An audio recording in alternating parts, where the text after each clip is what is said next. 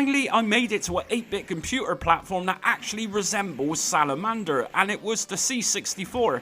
I wouldn't even say that this Commodore 64 conversion puts the other two 8-bit computer versions to shame. I would go as far as saying that this conversion literally laughs at both of the Spectrum and Amstrad releases, which tries their best to keep up with this by far superior C64 version. Now, most noticeably here, we no longer have the ridiculous border wrapped around the gameplay area. We have a proper full screen complete with a ship that is adequate in size and enough room in the gameplay area to fit a tank into if we wanted to. The music is top notch as well as the sound effects, and the scrolling movement is absolutely flawless. Hit collision detection is really good here too. When shooting enemies, they actually explode here rather than bullets going straight through them at times. When powering up here, we actually have bombs that travel across the rocky floors and blow up whatever gets in its way. When we die, we respawn from the same point we died. Yes, this is the top dog version. This is the version that you may have had whilst laughing at your friends Amstrad and Spectrum's versions. This is one of the Commodore 64's finest moments in history, and it released in 1988 by Ocean's Imagine label.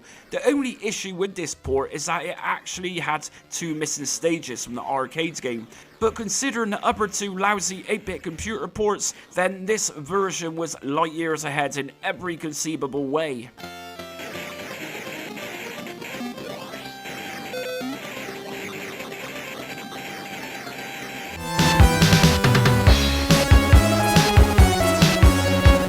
The Commodore 64 pretty much nailed it as far as 8-bit computers are concerned here. Notably, we have full screen as well as full colour, a nice soundtrack by the awesome Jerome Tell being powered by the best sound chip of that era, which is of course the SID chip. We also have a nice field of view with the C64's conversion, where we can see the road a little bit better through its perspective, rather than being obscured by a car which is clearly too big for its own good. The C64's car sprite size is adequate too here. In terms of controlling, this turns left and right just like butter spreading, and boosts actually feel like you're boosting for a reason here. The sense of speed is definitely here with the Commodore 64's conversion, although maybe a little too fast when braking corners.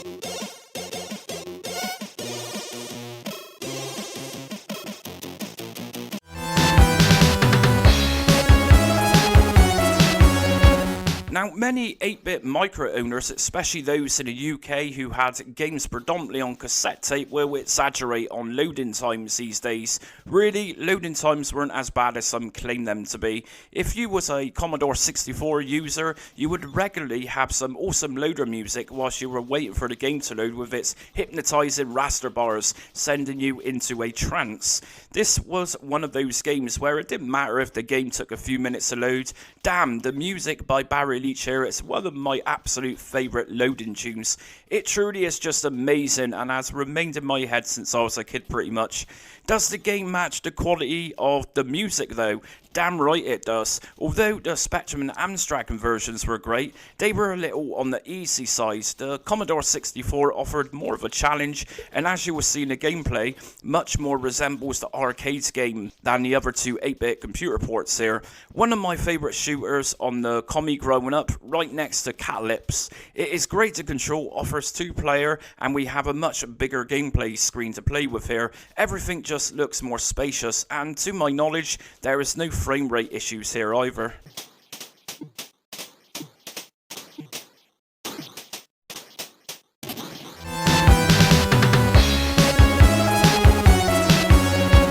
Easily by comparing all of the 8-bit home computer versions of Wonder Boy, the Commodore 64 version beats them in terms of colour, music, sound effects, scrolling and collision detection.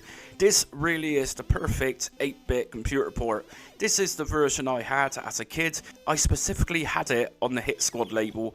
I have fond memories of playing this more often than my other C64 games. I actually broke my joystick one Saturday morning whilst playing stage 2 on this. I yanked my joystick and snapped it. Needless to say, I wasn't a happy boy at all that Saturday morning, and to be fair, It was some cheater joystick anyways. My dad went out to get me a new one that day, otherwise mum and dad likely wouldn't have heard the end of it. Anyways, no bias here, I try and assess everything I cover per port, but I am pretty confident most will agree with me on this choice.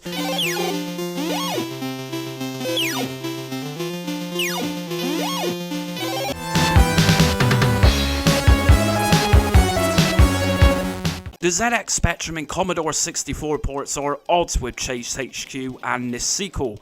The C64 port of the original game easily goes down as one of the slowest, most awful racing games on the Commodore 64, easily.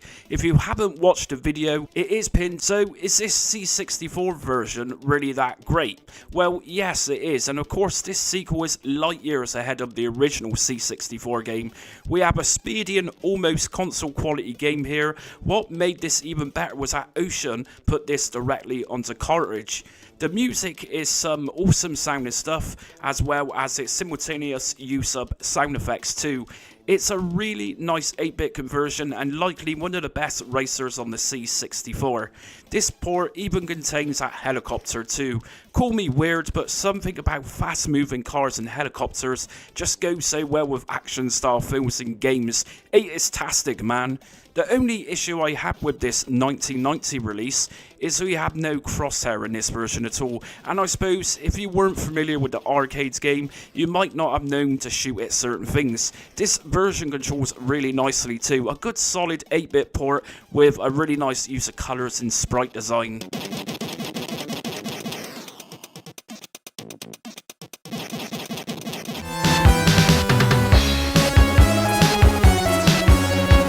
This is the version I used to play when I was a kid, and good lord, I didn't appreciate how difficult this was. And fair play to myself for actually beating this C64 conversion once. Now, this was a tough decision between this platform and the next platform. Why? Well, because firstly, although the music by Jonathan Dunn is pretty damn good, we are looking for the next spin to the arcade version, as I always say, and this music wasn't in the arcade original. We also see no truck driving through. On the plus side, we of course get a full screen here, and it really does look the part too with its colours used. Second stage in, we also get no cars, which is dropping off ninjas to fight you on top of the truck. Really though, as great as this port is compared with others, this is a type of game which earned all the games a reputation of being hard as nails.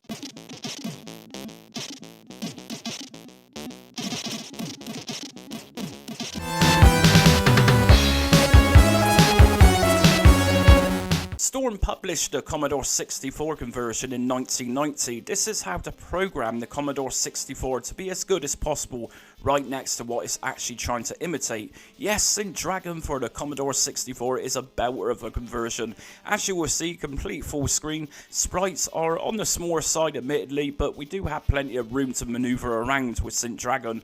Sadly, it does drop in frame rates every now and again, but come on, this is an 8-bit microcomputer. And look at what it's trying to copy here. St. Dragon was of course going to be a task for any 8-bit computer.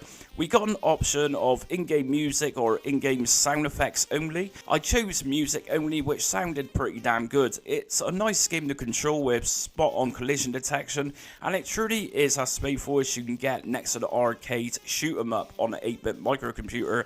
There are a couple of cutbacks such as robotic leopards which don't jump here, not a massive deal breaker as such. I made it to the end of stage 1 here, and I'm glad I don't suffer with epilepsy, as prior to the boss coming into the scene we are presented with several flashes, which looks cool, but I was kind of thinking, what's happening?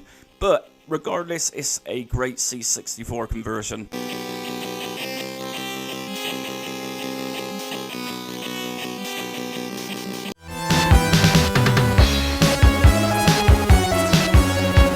This is the version of Ikari Warriors that America would have loved back in the late 1980s. This is Ikari Warriors European style. All I'll say is, damn, this version is one of the hardest games around. As a kid, I loved to play the game, which was simply called Arnie, and for some reason, this game reminded me of it. Not that it's an isometric game, maybe it's sprite design, who knows. Despite its toughness, it looks like a premium game of that era. Music is really nicely done here, of course, and the sound effects are really good too. It took me a few attempts to get to grips of how the enemies engage, and after finding their patterns of movement, yeah, it's a really good version of this game. We don't have that vertical centralized look here, but it does its best to look similar to the source material. It controls really well too, and again, just like the Amstrad and Spectrum ports, this one feels good bombing things. Any boy growing up in the 1980s loved destruction. Let's face it, action films and blowing up stuff was a major part of popular culture back in those days. Elite honoured the European market with this in 1988.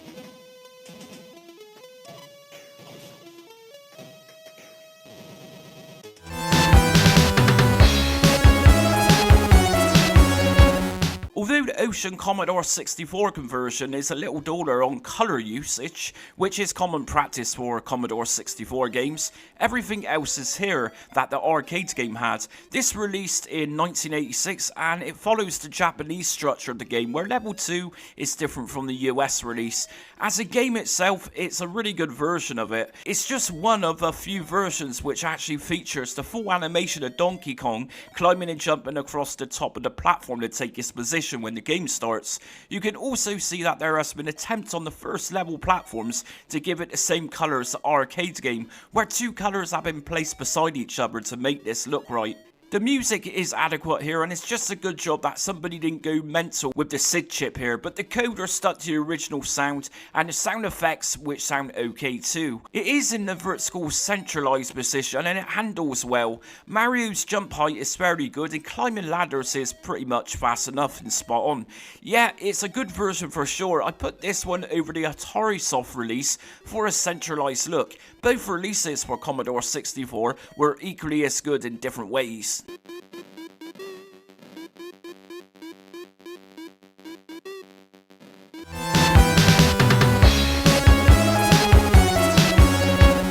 Next up, we got the Commodore 64's version. Now, I don't think there is no denying that the C64 did the best with the 8-bit computer versions of Flying Shark. We had the joy of both music and sound effects with this release. We also have a full sequence of flying out the hangar, which is a nice little touch to give that more arcade look. Releasing bombs is also more faithful to the arcades game than the other two 8-bit computer versions. Unfortunately, this version also has arcade's difficulty level too. After playing the Spectrum and Amstrad versions first, I generally thought this version would be similar. No, it really wasn't, and I died several times getting through the first stage. So, standout features here with the C64 releases, clearly we have more than just a few colours being used to represent the gameplay world. Sprites, although admittedly a little blocky, do the job complete with accompanying shadows which cast on the floor beneath biplanes and enemy planes. Now, flying through water segments or the sea are nicely done here too. The other 8-bit computer versions didn't really show there was water below us as well as this version did. Again, it is another version that controls really well, and hit collision detection is pretty spot on too.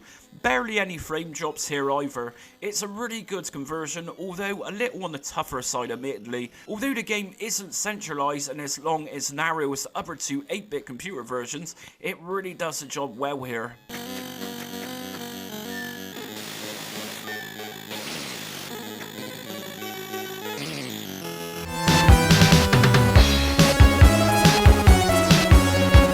Now, this is how to do an arcade's conversion with an 8-bit microcomputer. Firstly, a nice big full screen where multi-scrolling works perfectly and everything seems centralized, unlike the Amstrad's messy port.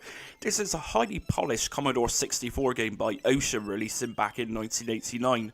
The music was produced by Jonathan Dunn, one of the standout SID musicians from back in the day who did many others that were all really high in quality. As you can see, the game does deviate from the arcades game just like others do, with a different level design. But you know what you're playing because Tiki is so nicely designed here. It's a joy to play with a fair challenge, surprisingly. If you haven't played this game, don't let the cuteness fool you. The New Zealand Story is a fairly challenging game.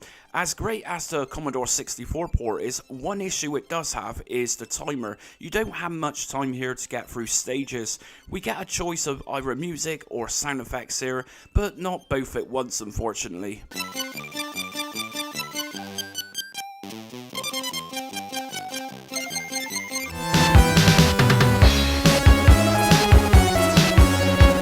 Now, this is very controversial ranking this C64 version over the Amigas, but this is the version I played as a kid. It's not a game that I played much of, but at the time, I thought the music was fantastic, and it still is, really. One of my personal favourite SID tunes for sure.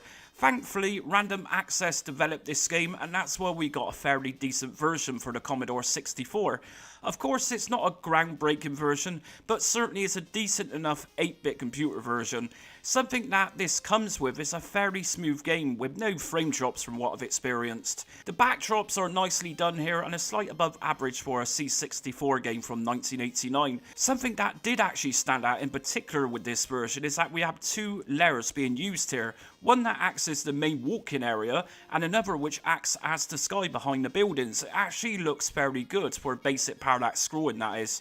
Something I did appreciate with this port is that when we die, we get to continue from the same place. So of course, not arcade perfection by a long shot. For example, the robot isn't exposed when we get hit by enemies. There are no sound effects with this version either, although the music, as I say, is just awesome in this version. We do, however, have a nice widescreen effect with those large black borders above and below the gameplay area. It's nice to control, and we can even attack whilst jumping in this version. In comparison with the Amiga's version, I just felt that this was much smoother, easier to control, but like I say, a fairly controversial opinion there.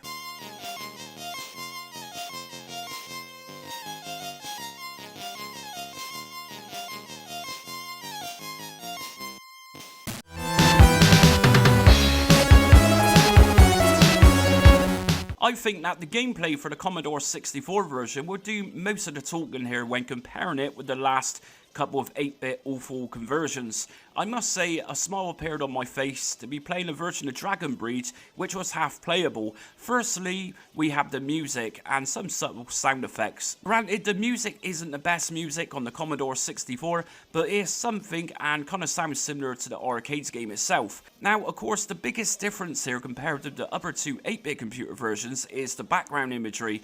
Now, as we know, Commodore 64's color palette is kind of dull, but that kind of works to Dragon Breed's advantage in a way. Dragon Breed isn't meant to look like Mr. Blobbyland after all, so these dull colours can kind of be excused here to an extent. You will notice that the dragon flickers a hell of a lot. That isn't a wonderful attribute to this version, granted, but it works and controls really nicely as we have plenty of manoeuvre room here as everything has been scaled down, which to be fair works much better than Amstrad and Spectrum's large sprite and small gameplay screen issues. I even made it to the first boss here, which I will say that unlike the arcades game where the boss emerges as part of the first stage, we actually meet the first boss here with a fade out and fade in. Really though, without an ounce of a doubt, the C64 1990s conversion wins this 8-bit micro battle. This version even comes with a better introduction too. Okay, so we don't see Chaos walk into the dragon like in the arcades game, but we get an awesome rock which is erupting.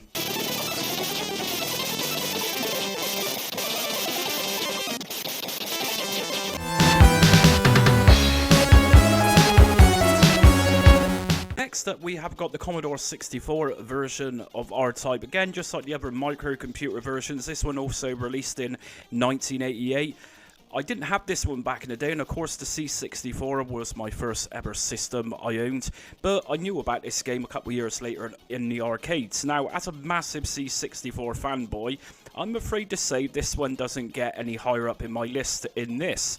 Now, the reason for this is that although it's got some very awesome music in it produced by the SID chip with sound effects too, it seriously sacrifices some parts of the game, such as some sprites are missing, and that circle, what you see halfway through the first stage, it doesn't actually spin, and I think that's what made R-Type's first stage something very special, that spinning wheel which is shooting at you. By far is one of the hardest versions of R-Type that I've played, and it does suffer with slight sprite flicker, but again, just like other microcomputers, that's a limitation of the hardware, where so many things is happening on screen all at once.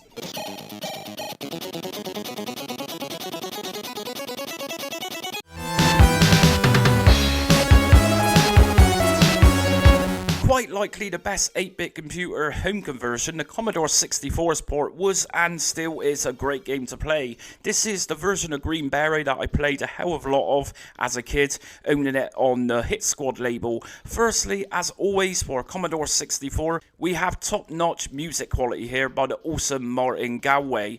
We have music and sound effects in the game itself, which emulates that sound of the original arcade game extremely well. Just like Spectrum's version, this controls extremely well and scrolls beautifully. By far, this one is very challenging. Those bullets certainly travel very quickly here. Color-wise, some will argue that the Commodore 64 color palette are kind of dull compared with Amstrad, for example, but here they just seem to work so nicely to complement the source material. It's a superb version and is 100% faithful to the original arcade game itself.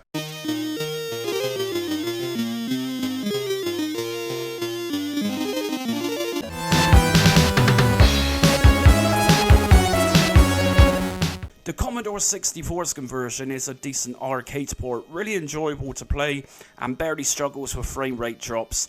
A couple of occasions this was the case, but nothing too overwhelming which rendered the game unplayable. This one really is nice to control, and pointing your weapon in all angles is very nicely implemented here too, very smooth. It's obviously got a full screen but lacks sound effects. However, where music is concerned, Keith Tinman's soundtrack to the game is top notch without a doubt, as generally was the case with 8-bit computer games where Commodore 64 was concerned.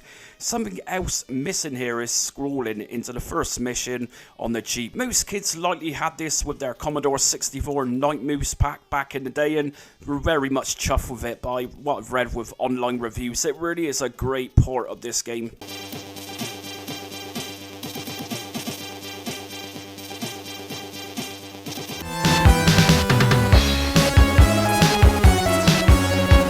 The Commodore 64 version is actually fairly good. At this point, I cannot actually believe that Ocean Software produced 3 of the main 8-bit computers, which were actually decent. The game opens up with its authentic arcade opening, where the screen scrolls before the gameplay actually starts.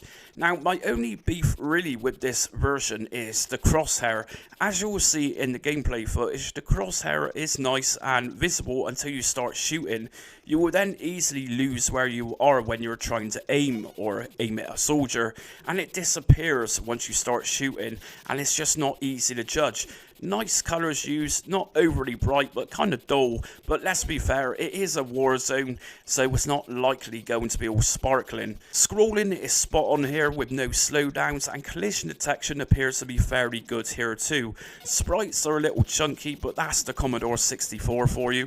Overall, a fairly decent 8-bit home computer port.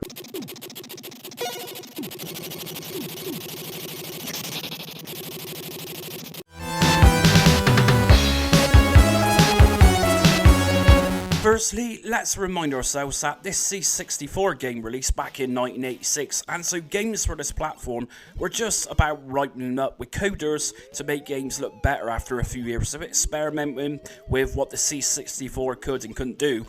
Is the C64 conversion by Elite any good? Yes it is. Although it is on the pixelated side, it is a nice 8-bit home computer port that plays well with very nice controller function. This actually received an update arcade version a good few years back, where it was improved on too. Gameplay footage is the original release so for this video. One good thing about this version is that the gargoyle midway through stage 1 is fairly easy to defeat. We have no introduction for this version, it plumps us straight into round 1 from the get-go. The music is totally different too, but that's not a bad thing. The music by Mark Cooksey is top notch, and we also get some sound. When Arthur dies, this actually sounds remarkably similar to the arcade game. Overall, a nice port with fairly average difficulty level.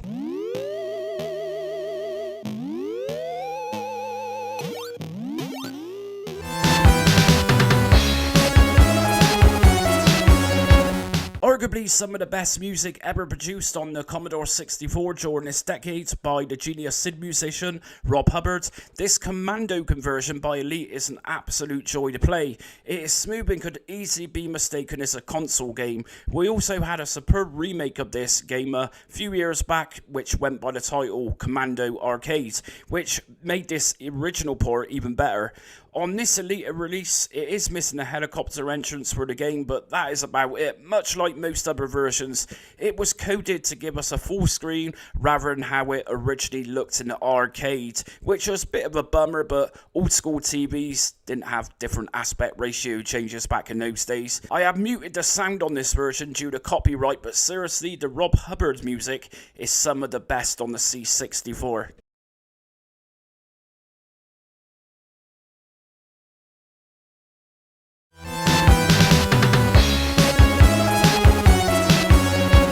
The Commodore 64 also got a fairly good version and definitely above average for a C64 racing game. In Commodore 64 fashion, the colours are dull in comparison to the Amstrad's conversion, but this version was just a tad better to play. It seemed, although there were more bends in the road and those narrow bridges even existed here, which offers that little more challenge inside of the game. We also got a full gameplay screen with this 1987 Elite release. Again, although not arcade perfection in terms of how it looks, it certainly does play well. The buggy seems much more flexible when turning and making jumps, just seems a little more movable with this version. Some might argue that it looks way too blocky compared to the Amstrad's version, and that's very true, it does. But of course this isn't an official ranking video, it's just my humble opinions after all. The difficulty level was particularly high with this release. Some have even said it is better than the original arcade game. The 3D effect here is also really nicely done, where speed and depth perception is nicely done too. Sound effects are as likely as close to the arcade game as they can get for an 8-bit computer. Again, just like the CPC's version, this version for the Commodore 64 is way up there and ranks as one of the best racers for the system. It also has a very nice course selection screen where stars circle the course box when chosen. I particularly liked the 3D effect when racing under tunnels here. A really nice conversion which very likely kept kids in 1987 very happy for a little while.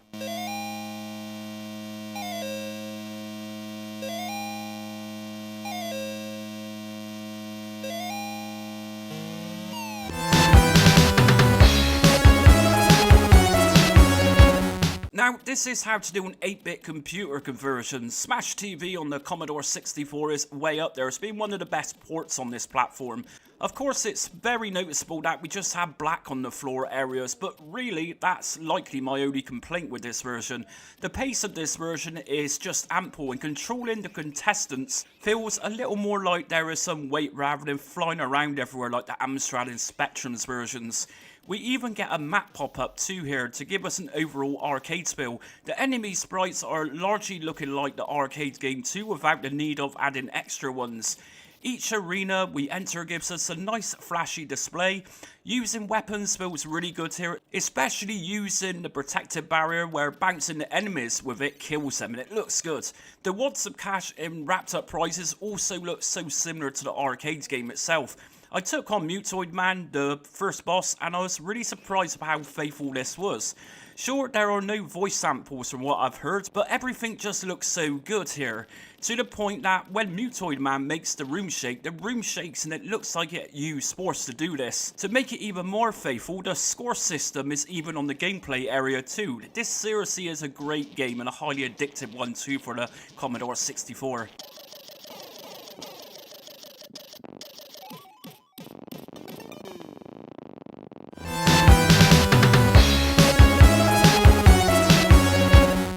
This This is one game I wanted as a kid, which released smack on my era of Commodore 64, which was 1991, but it never happened.